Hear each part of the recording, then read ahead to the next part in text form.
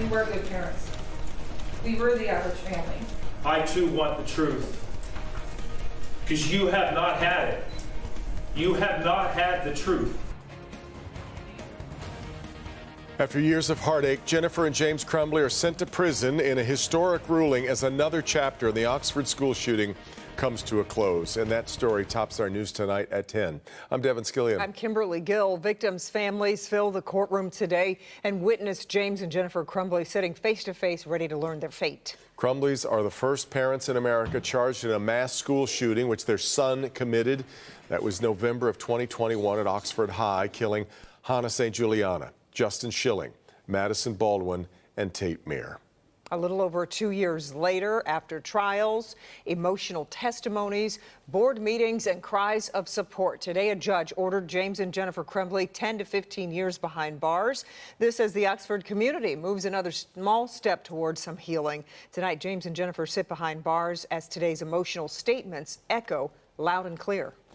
And while you were running away from your son and your responsibilities, I was forced to do the worst possible thing a parent could do. I was forced to say goodbye to my Madison.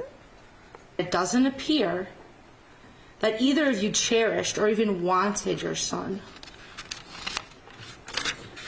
But I wholeheartedly wanted and cherished mine.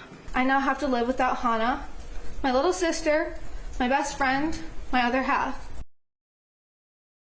Well, Jennifer and James Crumbley apologized to the parents of the children their son murdered. They, until the end, take no real responsibility for what happened. The judge showing no mercy and sentencing them both to the maximum allowable 10 to 15 years in prison. Mara McDonald is live at the Oakland County Courthouse. And Mara, the Crumbleys told the families who lost their children they were sorry, but how was it received?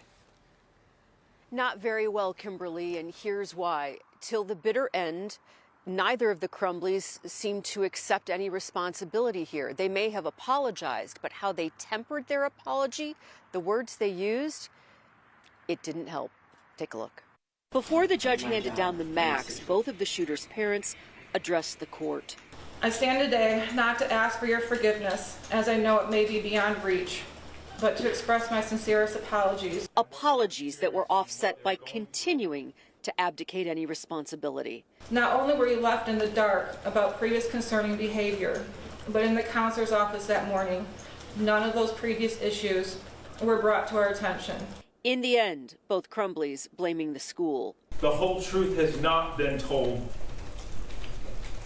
And I'm with you, Mr. Meir. I too want the truth. The parents of Hannah, Justin, Tate, and Madison found Crumbley trying to align himself with their quest for answers from the school. Unacceptable. Absolutely unacceptable. It was hard not to cry listening to parents who have endured all-encompassing loss and grief. While you were hiding, I was planning her funeral. And while you were running away from your son and your responsibilities, I was forced to do the worst possible thing a parent could do. The cold truth that shows that they did nothing to address the obvious signs of the deteriorating mental state of mind clearly present within their son. The apologies these parents heard, for them, it's simply not enough. The remorse that they were showing has nothing to do with taking accountability for their actions. Back here live. So now we've sat through the sentencing of the shooter, 2 trials for the parents, their sentencing as well. And yet this is not over, because those victims' parents are determined to try and hold the Oxford School District in some way, shape, or form accountable for what happened here. But school districts have government immunity, and now the fight for these families is going to court to see if they can get that governmental immunity stripped, and that is a heavy, heavy lift. We're live tonight in Pontiac at the Oakland County Courthouse. I'm Mara McDonald, Local 4. Okay, Mara, thank you. And if you missed any of today's hearing, we've got you covered. Just head to the homepage and click on Detroit.com. We've posted all of the emotional victim impact statements in full. You can find them all in the link front and center on the homepage.